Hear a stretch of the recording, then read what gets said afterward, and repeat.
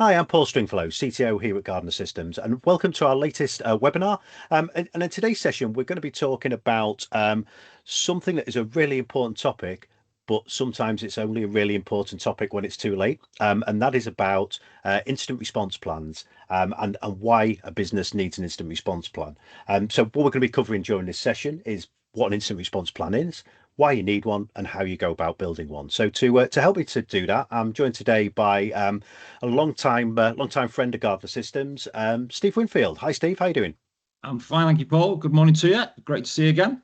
Yep, you too, mate. And yeah, good to have you on one of our webinars. Been a little while, but we've got a really interesting topic I think to cover today. But maybe before we jump in, maybe a little bit of an introduction, who you are and what it is you do, and why on earth you're here talking about this. Yeah, thanks, Paul. So I'm Steve Winfield. I'm one of the basically systems sales engineers for Arctic Wolf. I cover the northwest of the UK. There's typically about 9 acquisition teams within the UK. So my area is between basically Crewe and Carlisle, which is why you have to kind of deal with me as you're based in Liverpool. Because that's unfortunately ended up with me. Yeah, I've been with Arctic Wolf just for about two and a half years or so. And yeah, that's why we're here today to talk about incident response plans and maybe some of what you can do about that, retainers, insurance side of things and things like that. So I'm sure we'll cover a lot off today in terms of any questions you've got for me. Okay, well, I suppose good place to start. It's a little bit level setting, and apply a bit of context. So what is it before we talk about incident response plans, why don't we set some context around what we mean by an incident? So, obviously this is cybersecurity related. So, I mean, incidents can be anything, of course, but in terms of cybersecurity, what is it we mean by an incident that might lead us to wanting an incident response plan and having to deal with things? Yeah, so in terms of an incident itself, there's a dictionary definition, if you like, and that can be, is an unwanted or unauthorized event within your digital systems, network, or data. And it's a case of not really, what are we responding to, but how are we responding to it?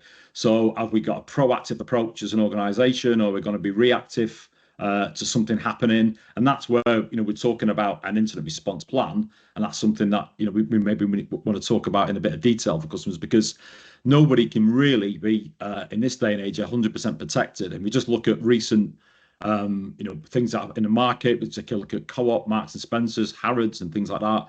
We can respond to things in lots of different ways, but even from a financial perspective, Marks and Spencers may have to respond in terms of what's the financial impact. So I think it's about 300 million in losses because they couldn't get the food out, and I think a 700 million loss in terms of market value. So there's loads of different kind of ways you need to respond. Somebody's in your network, what's happening, what type of threat is it, what techniques and procedures did they use to get in there? Is it an advanced persistent threat? We can talk about that in a bit more detail, because they've made a reconnaissance on your organization for so long, and they're deep rooted in there, we can't get them out, etc. So but typically it might be we're responding to the fact that the customer's already got tools in place. So they may have a endpoint detection and response tool on the endpoint that may have kind of said, hey, something's happening. They may have a managed detection and response service. They may have a network detection and response tool that said, hey, we've seen something within the logs, we need to do something. And it's more of a case of, what is that we need to do something? Is it the impact stage? Has it got into the systems? Where are there things happening? Is business is running, or as a service is not running? Can you not get food out of your manufacturing? What is it that the impact is? What's happening within that attack that's happened within the organization? So you're responding to lots of things really, Yeah. but typically somebody's in your network doing something that you don't want them to do, to kind of put it in as a summary, really, Paul. Yeah, well, and I think it's a good summary. So I suppose areas that I'm thinking about, and you've kind of touched on this. You've had a kind of ransomware attack. If we talk about some of those kind of recent UK examples, I mean, we're Yeah. recording this a day after the Ministry of Defence admitted to leaking something like 19,000 records of people who were potentially at risk, and then kept that quiet for 4 years. But that's a whole different webinar. But like you said, it's that active threat actor in your environment. It's a business email compromise. Somebody's clicked on a phishing link. I mean, we've seen incidents in in the last couple of weeks in locally to us. We've seen incidents where there's been fraudulent communications activity. So you're talking about that example of kind of long dwell time inside somebody's network. Somebody's been kind of studying communications and has created fraudulent activity that has potentially led to significant loss of money. So we've seen all of these kind of threats all of the time. So it's kind of, I suppose, from a cybersecurity incident point of view, it's these things and all the other things that we haven't even thought of today. It's all of that. Yeah, exactly. Like, they kind of fit, I suppose, into a number of categories. It's typically when we're responding to something like that, it's like you said, Paul, it's a business email compromise event, it's a ransomware event, there's some data exfiltration, we found out that there's been data leakage, it might be there's some malware flying around and we try and clear it up and it reappears again, it might be that somebody's maybe compromised the domain controller and they're creating new groups and users and security groups and things are happening from that. So they normally kind of fit within those 3 to 4 to 5 categories in terms of something's happened, we've had an incident, and when it rolls to the top, it normally fits within those five areas. So okay, so we've had an incident, so that's the first thing that happens. So what is it that normally is kind of the response action? So what is it that an organization goes through, whether that's their internal teams, whether they get some kind of instant help, but what's the normal things that people do? So they've had an incident, what are kind of the steps that they would go through? Yeah, so it very much depends on the customer. I think for probably more than 80% of customers, the panic because this maybe hasn't happened before and they haven't got a plan in place. So again, it's like something's happened. Are you reactive to it? Are you proactive to it? Have you got maybe a run book or something like that? And I mean, you and I have spoken about IT and infrastructure for many years. I mean, probably too many years to kind of expose our ages here. But if you think about it and just kind of step back a little bit, we spoke, back in the day about business continuity plans, disaster recovery plans, and things like that. It's just like, well, have you got an incident response plan? Have you run through this? What happens this? You're doing a business continuity plan. You've got two data centers, active, passive. It might be you switch one off and you just see that everything can function in the other one. The same thing really applies to an incident response plan.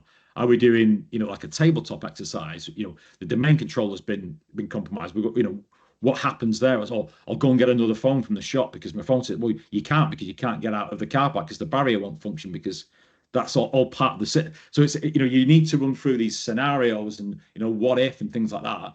And then the other point is, which I also say is like, well, we'll bring this system back up, but there's interdependencies upon the system. So this system can come up, but it can't authenticate because there's nothing to log in against because that's been compromised, etc. So there's all sorts of things that need to be kind of thought about. The other thing I think that people need to think about is that, if they're in a regulated industry. So I think UK GDPR mandates reporting to the ICO, the Information Commissioner's Office, within 72 hours. So again, it's like you need a plan to, do I tell my staff to come into the office? Can they even come? Can they work? Can everybody get in there? The door systems might not be functioning. The entry levels, entry systems might not be functioning. How do you speak to customers if you're a service which is, and these data, you mentioned it before, from these people involved in here, and their data's been leaked, etc. So there's a whole host of things that need to be thought about within that incident response plan. And again, we talked about those 3 or 5, common scenarios. Have we got a business email compromise run book? So if something happens, maybe we can just refer to that and say, well, we'll do these things for, the first 2, 4, 6, 8 hours are really critical in these type of scenarios, because what you don't want to be doing is like, well, where did they put me keys for this? Where are the API keys for this? Who's the person that looks after that? All these things are, what can be put as part of an incident response plan, in terms of run books, in terms of just making sure you're prepared and you're proactive in the approach rather than reactive. Hey, something's happened. That's okay. We know what we need to do. Staff are aware. Customers are aware. Even your IT staff know it's my responsibility in the event of X, Y, Z to do ABC, for example. Yeah, and John, I think what's really interesting about that, and yeah, you kind of giving away our age about how long back some of the stuff we talked about, but it's interesting how this stuff's evolved as well because I think for a lot of organisations, I mean, you talked before about that kind of business continuity DR type plan. When we first met, we were talking about the idea. Well, I've got a data centre here and a data centre over here. I'll replicate data between the two, and we'll automate some level of failover. So, but the thing that you're looking to plan for there is we lose a data center, we lose a building, whatever that catastrophic failure. It's everything from a power outage to, fire, flood, and pestilence. It's that whole kind of plague of locusts coming in and eating all the cables. It's that kind of, Yeah. but it's all of those kind of things. But actually, we live. If you think about the examples you gave earlier on, I was listening to something yesterday about a well-known distribution vendor who works in the IT space. They'd had a big ransomware attack, in the last couple of weeks. These are things that buildings don't burn down, you don't have massive power failures, you don't lose data centers on a regular basis. But actually, when it comes to cyber incidents, think about the things that we've just the examples you gave earlier on. We've seen that from, and it's not just big companies. I was kind of alluding to something earlier on. We've seen in the last week or so, relatively small company. These things happen on a regular basis. It's way more likely that you're going to have a cyber incident than you're going to lose a building and a building's going to burn down. These things are the chance somebody clicks on a link and something happens. They've been business email compromised, whatever that might lead to, is way higher. I'm sure anybody watching this in the same way that me and you do, you're probably filtering out email after email during the day. You see things that get captured by your email security tools, or it's getting let through but flagged and saying potential spam, potential business email compromise, whatever it might be. Just be aware. So when it comes to that, I mean, maybe a quick question, then we can kind of talk about what you should think about in an incident response plan as well. But I mean, are you still seeing in general that where companies might have business continuity plans, did they have cyber specific incident response plans, or is that still something that is relatively unusual, inside of the companies you talk to? I think, Paul, I think it's relatively, uh, depending upon the maturity of the customer we're speaking to, typically, what industry they're in, where they've come from, how big they are, etc., or just basically their maturity in terms of their cyber posture. It might be that they've got tools in place, they might have an endpoint in place, but they haven't really got, well, what happens in these scenarios? They might have a business continuity plan, but like you said, the outcome really is like test, test, test. And like you're saying, the likelihood of this happening is probably more. So it's really down to kind of, a risk discussion, isn't it? It's like what we're trying to do even with the tools that are out there is to say, let's reduce the likelihood of something happening, but more importantly, the impact of something happening if it does. So the risk is reduced, and if they do get in, the impact of the risk is reduced in terms of what they can do. And like you said, you can do lots of different things to do network segmentation and best practice around things. So we see people following best practice of, multi-factor authentication, implementation, and all this type of stuff. But it's the tweaking. It's like, is it enforced? Is it on every device? Is it these types? And that's where I think the plan basically comes and said, well, yes, we have got multi-factor authentication, but we didn't enforce it, and that's where so it helps cross-check and balance on everything as part of your overall posture as well when you're running through the plan, I think. So, and I think the other thing to kind of note as well is it's not maybe something like just a business email compromise. If you're thinking of these like APT, advanced persistent threats, maybe kind of state-sponsored type things, maybe do reconnaissance for 6 to 8 months around a specific customer or target. They're into the initial intrusion, so like you said, using phishing or exploits or malware, etc. They're then into like a remote access, like rat tools, so trying to deploy backdoors because they want other ways in should something get shut down. And then privilege escalation, lateral movement, all these type of things. So again, I think the incident response plan, you can't just say, well, we're covered for business email compromise, we've got one. I think it's important to look at, are we okay if these things happen, and have we got some form of process and plan that we've thought about, rather than, oh no, this is done, we're in a state of panic. So it's a case of just just making sure we've got at least something in there, or we've got an emergency button we can press, we can go for help, we know where to go for help, we know the people that can help us, etc., etc. So, various teams can maybe deal with a business email compromise, but they couldn't deal with a advanced persistent threat, for example, or there's loads of different scenarios again we can run through there. Yeah, and I think you make a really good point actually. So some really good questions in there, isn't there? That people are asking themselves, where do I go with this? How do I do this? How do I tell people? How do I, have I got enough resources? Have we got the skills to deal with stuff? And I think they're all great questions to ask, but they feel like they're not questions to ask in the middle of an incident. Exactly. Yeah, exactly. The question is like, how did they get in? When did they get in? Are they still in? How do we get them out? Yeah, not what do we do next? Yes. What's the plan? So I suppose that leads nicely on to then, and how do people start to put a plan together? And what's common in the way that you see people putting plans together? I suppose both in terms of actually where they do it well and things that you see that are missing, and maybe a couple of things just while you answer that to think about. Does an organisation need to do this themselves? Can they get help? Is the ways is the good expertise out there that can help and build these kind of things? So, but what's your experience? What do you see? How do people put these things together, and where do they do it well? Yeah, I think it's mixed, but I think from certain people, when you say to an organisation, how good is your kind of cyber security, it's quite often a finger in the air. I think it's okay.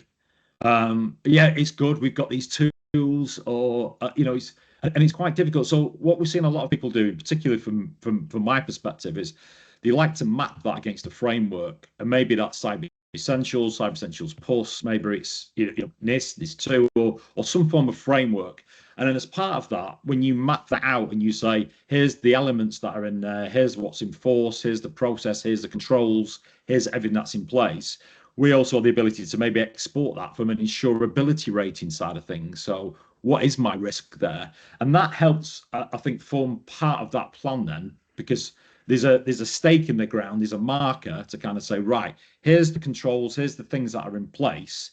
And then you can say, you can run through the scenarios. What if, what about this? What about that? And really it comes down to, like I think we said at the top of the call, have we got a proactive approach to this? If something happens, rather than panic, it's like, okay, an incident's occurred, we'll go and get the run book for X, we'll go and get the run book for Y. And as part of all that, when you put in the incident response plans to place, it's things like, maybe legal side of things, privilege attorney, what are we going to do? It might be things like, we've been ransomware. As an organization, are we going to pay ransom? Or are we not allowed to pay ransom because we're a certain government organization? So those things, again, need to be thought about. What's our policy? What's our procedure? What's our take on this as an organization?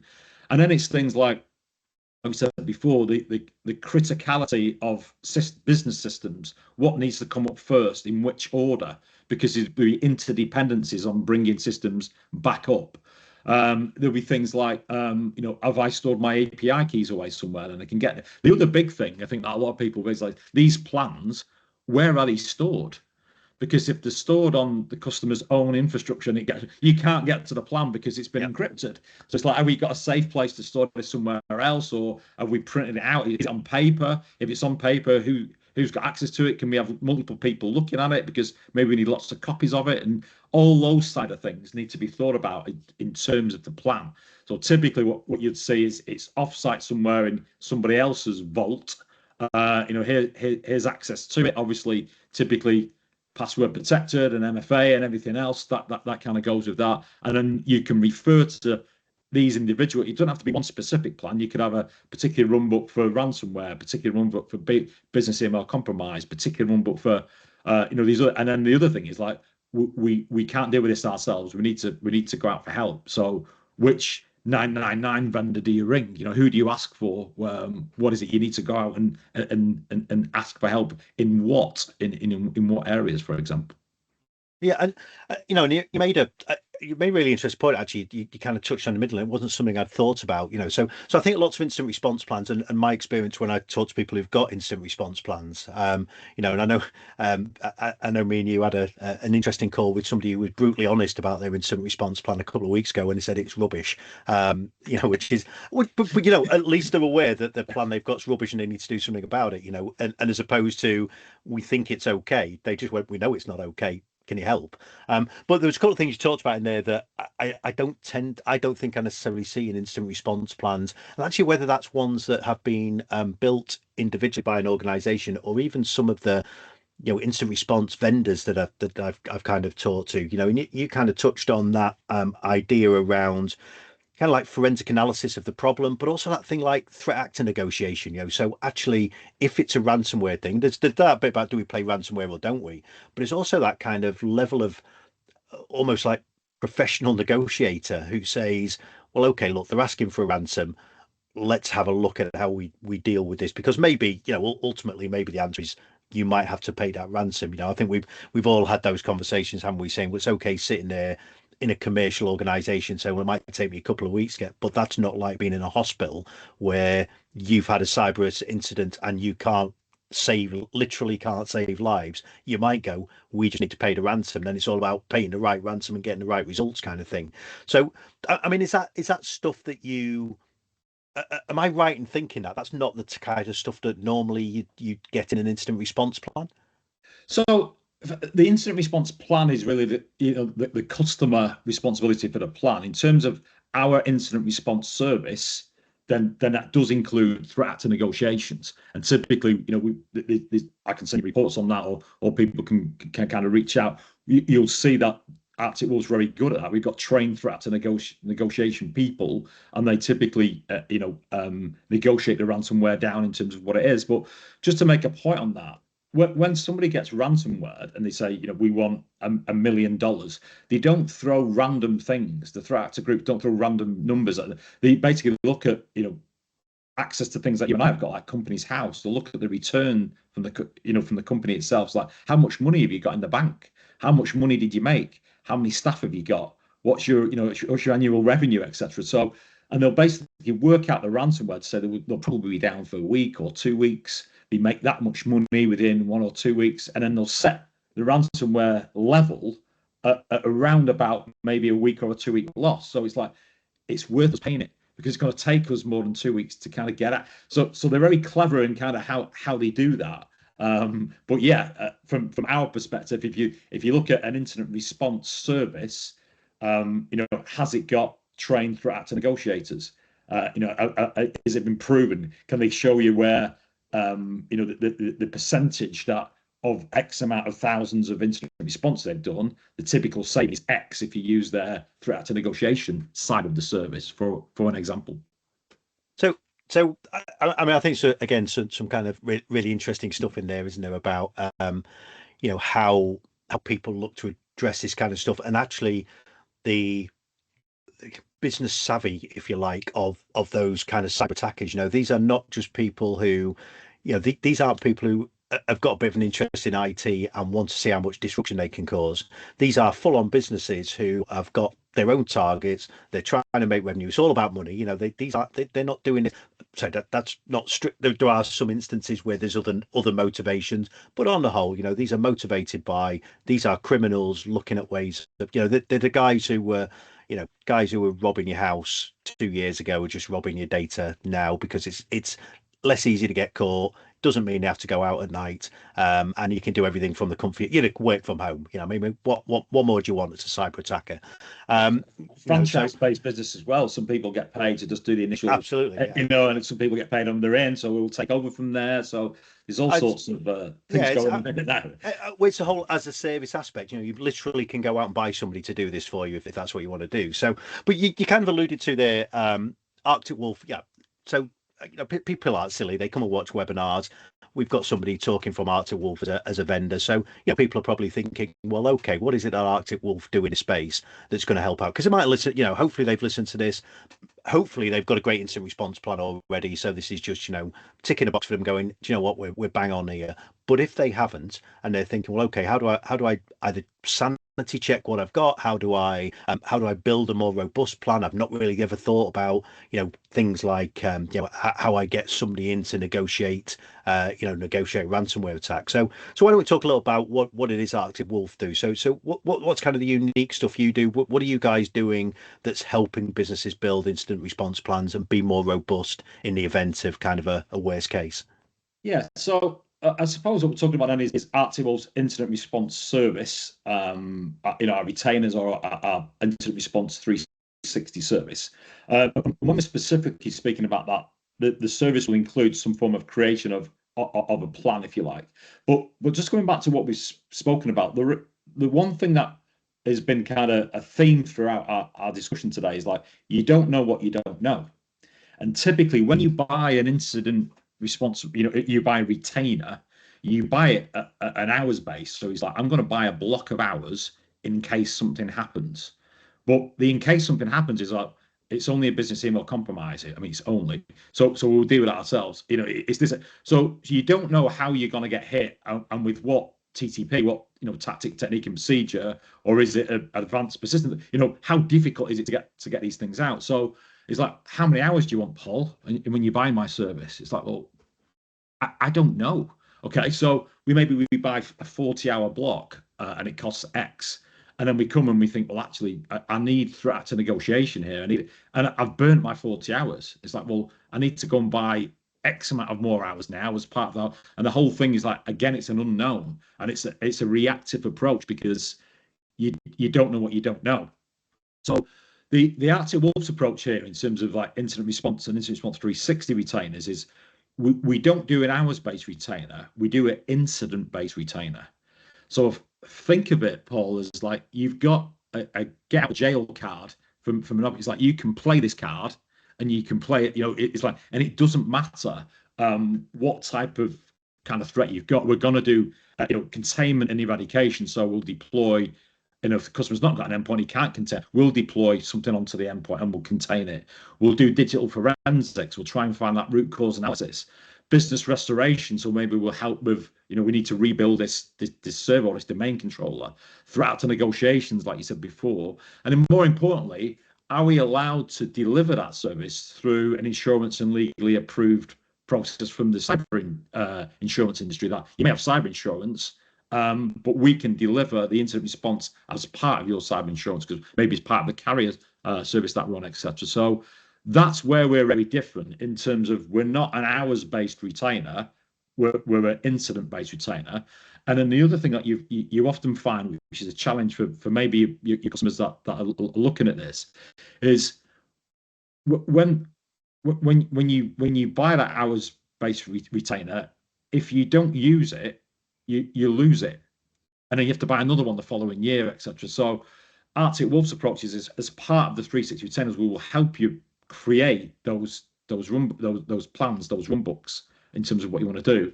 And also we'll do in the plus side of things a tabletop exercise. So it's like what if scenarios. Let's run through it, or maybe let's map through the cyber resilience assessments against the framework, map that out, and based on that can help form the plan and steer the plan to where it needs to go from that perspective. So it's very much a different approach from an incident-based response with an incident-based retainer, rather than we've got some hours that's here and we can use them in case something happens, potentially, based on the severity of what's happened. If that makes any sense. Do you know what? It absolutely does, and I think it's funny, isn't it? Because, as an industry, as people, we get used to stuff. We do stuff and we do stuff in a certain way. And then somebody sometimes turns around and points out something and says, why do we do it like that? And you all go, I don't really know. We just do. And actually the idea of that people are buying instant response retainers and they're setting it on an amount of hours and going, great, I bought, like say 40 hours. I bought 40 hours, but based on what am I buying 40 hours on? And you're absolutely right. What you actually want is I want the incident dealt with. I don't want a clock running that goes at the end of X amount of hours, I'm walking away, or you're getting out you're getting your checkbook out to raise an order for another 40 hours. That's the last thing you want in the middle of trying to deal with an incident when, probably in lots of cases you're concerned about the future of the company, you're concerned about your own future. You just want to get things back up and running. You've been dealing with this for weeks, days, weeks, potentially. You've lived on pizza for 3 weeks because that's all you've got time for. But I mean, you definitely would have seen it. But I mean, I've seen it where we've had incidents like this. And I've seen companies who've literally been out of action for 3 to 4 months. I mean, we don't have to talk about the Marks and Spencer incident. What was it? 3 months between taking their online purchasing service offline to being able to do online orders again. I mean, that's imagine that in your business. You can't transact with your customers. Marks and Spencer had a bricks and mortar business that allowed them to keep doors open. But actually, for if you're a company where you can't transact for 3 or 4 months, I mean, and what you don't want on your table is necessarily, oh no, I'm running out of hours with these guys who are helping me get back up and running. So it's I mean, it's a really interesting approach, and I'd say it's one of those things that somebody points out and you think, yeah, that's mad that I've just bought hours. And I think just buying hours is okay because I've got a crystal ball that says 40 hours, that's enough. And I suppose you get the flip side of that, don't you? You buy X amount of hours, you just buy 40, you use 5, and you go, what am I supposed to do with these other 35? Because there's something you said right at the start about, an incident has happened and maybe this is the first time. I mean, you're hoping it's the first time, aren't you? You don't want it to be a second or third incident at the same company, because somebody's asking questions. But that's also the reality as well. You have an incident, you don't expect, oh well, I'll burn through those hours the next time I have an incident in the next year. So I mean, on top of that, I mean, is there other stuff that people should know then about the Arctic Wolf service that is different, or and again, from your experience, what again, what are you delivering? What's the thing a customer could walk away with and go, yeah, great, I'm good now.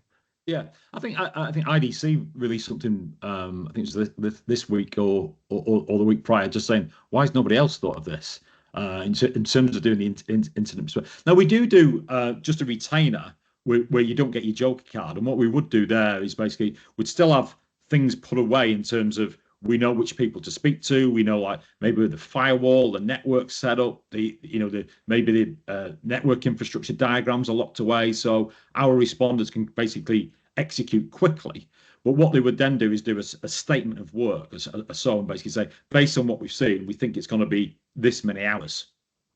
So we can do that, but we find customers like the comfort of, I've got my joker card. I can do that. They prefer that. The other thing that we see is some customers not being able to maybe secure funding for maybe cyber insurance or things like that. And then from the statement of work, from our perspective, if they're an Arctic Wolf customer, we can basically underwrite a warranty of financial assistance should the customer face a breach, and that warranty in terms of that financial assistance is different depending upon how many modules they take, and if they get endpoint, it kind of doubles the amount of warranty. So it's up to $3 million worth of financial assistance.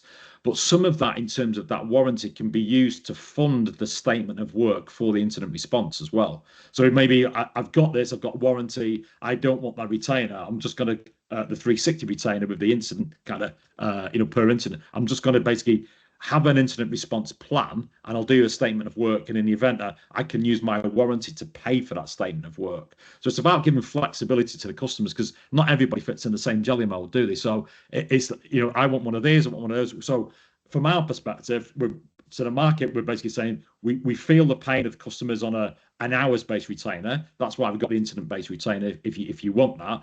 But we've also just got the jumpstart retainer, which is like, here's the things that we need in the event of an incident, and if should one occur, we'll do a statement of work and say, look, it's going to be this many hours we think to kind of get you out of the proverbial. So, well, it's been great. It's really interesting. And I think cyber incident response plans, which is, to be specific, what we've been talking about today. I'm kind of with you. I still think are things that they might have a broader continuity plan, but actually that specific stuff around cyber incidents, which, like we said before, are way more likely than your building burning down or being hit by a meteor or whatever else you've built a business continuity plan for. So I think I feel like we've done a good job at explaining why we want one, how you go about building one. Obviously we've talked about their Arctic Wolf have a service where, people can come to Arctic Wolf and say, help me build an incident response plan. And if I want to retain a service, we've got an option. You can have a kind of a flexible buy some hours if you want, or at the time of an incident, or we can have this kind of joker card, as you said before. Have a let me pull the it's all gone wrong joker card, and Arctic Wolf will, come in with or without capes. Not all heroes wear capes. I don't know whether they wear capes or not when they come in. But just a couple of quick questions. Masks we wear, Paul. Yeah. Yeah, Sorry. Yeah, no, that's okay. That feels scary. So yeah, it sounds like the start of a horror film. That. So a couple of quick questions there, just to wrap up. So I suppose things that I hear from customers when we talk about incident response. I'm just interested what you kind of think about this. So one question I get, and almost these are the two sides of the same coin. The couple of questions I've got for you. So one is, I've already got this kind of, as a business, we've got this mature, skilled security team internally, or we've got an IT team. Why would we need an incident response plan from somebody else? Why would we need a service from somebody else? So, I mean, one is the cases where actually the customer's well set, they're good to go, they don't need a service, and sometimes it's the customers who feel they'll be okay, but actually you've seen, with experience that actually there's gaps here that you need some specialist help with. Yeah. So again, you kind of skin this lots of ways in terms of analogy. If you're quite handy at fixing cars, you think, well, I don't need this garage. I can fix the wing mirror. But if somebody plows right into the back of you and you need a new bumper, new chassis and anything else, you've got to go to the garage. So it's a case of, you might have an IT team, but how many people in the IT team are trained threat actor negotiators? Do they know how to kind of go on the dark web? Do they know where to go? Do they know how these guys want payment? What payment did he take? How did he take the payment? What, is he a middleman? All this type of thing. So you can have a team of people, but two heads are always better than one, aren't they? It's a case of like, are they that team of people might be trained in all sorts of areas, but there may be certain areas where they're not, and that's where then maybe you might want to kind of reach out for additional help in certain areas. It might be just the digital forensics itself. It's just the team itself might not just have access to all the logs to basically glue the picture together of kind of what happened. Maybe they're sent somewhere else because they haven't got access to that, or the team might not have the ability to contain a device. They need another tool to kind of go on there and like stop that persistency in there. So it's a case of, it's not, everybody's got to have this. It's more of a, what do you need? Are you protected? And like you say, it's like think of it like, it's an insurance policy, isn't it? But insurance policies don't always cover everything in terms of what you need to be covered for. So it's something else kind of just to backfill that should something happen. You can, I think the analogy we've used today is get out of jail card out and say, look, I need you to put me back to a point of kind of breach scenario, Yeah, and actually, I think while you're describing that, what it really made me think of as well was, you can have a good IT team. We touched on it earlier on. You work in an organization, you only want to ever go through this once. You don't want to go through this all the time. But that's also part of the problem, isn't it? Actually, how many people in your IT team have dealt with a full-on ransomware attack where suddenly all the systems are out of action? And actually, a service like the one Arctic Wolf have, what you're bringing in are people who do this day in, day out. This is what they do. They are trained to and experienced in responding to incidents. And I think that's I think that's a really good point. Actually, you might have the best IT team in the world, but how many incidents have they dealt with? And if the answer's none, then maybe having somebody to come and help out can, even if it's they could get there in the end.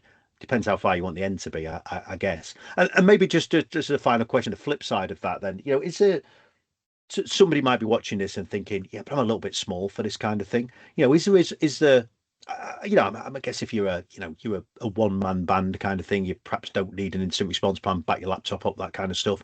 But actually, where, what size / complexity or maturity of company should you be to start thinking about, actually, I could really do with some formal plan, formal service around this kind of thing? Yeah, I'm not sure actually, Paul, whether it's based on the size of the company or based on the revenue and the risk to the company. So you can have, a 3-person, 4-person company, but they turn over a lot of money, and the risk profile is massive because of the certain industry they do, etc. So I don't think it's based on the actual people. It's more about understanding that risk. What's your risk profile? What is your annualized cyber risk basically? And we can help with even working that out for customers using the same kind of mathematics and the actuarial principles that the cyber insurance industry use. We can say, here is your annualized cyber risk based on how many people you've got, based on like how many sites you are, based on your revenue, your return, how much money you've got in the bank, all those type of things. And you can say really, if you fall within a certain category, you want to think about, well, have I got a plan? What happens if? Can I afford to be down for X, Y, Z days? And it's the same principles that we go back to, from the business continuity disaster recovery plan. Why do people do that? It's like they need to continue to the business to function in the event that something happens, and it's more about understanding that. So yeah, you could have a 2 or 3 man company, but really, I suppose the sweet spot is kind of maybe 50, 60 users and above, because that's when the money, it makes sense to kind of invest in that versus the loss, etc. So to kind of give a guidance there, I'd say probably Yeah, but it's in that area. If you wanted to put bodies and numbers against something, then maybe that's a figure to put out there.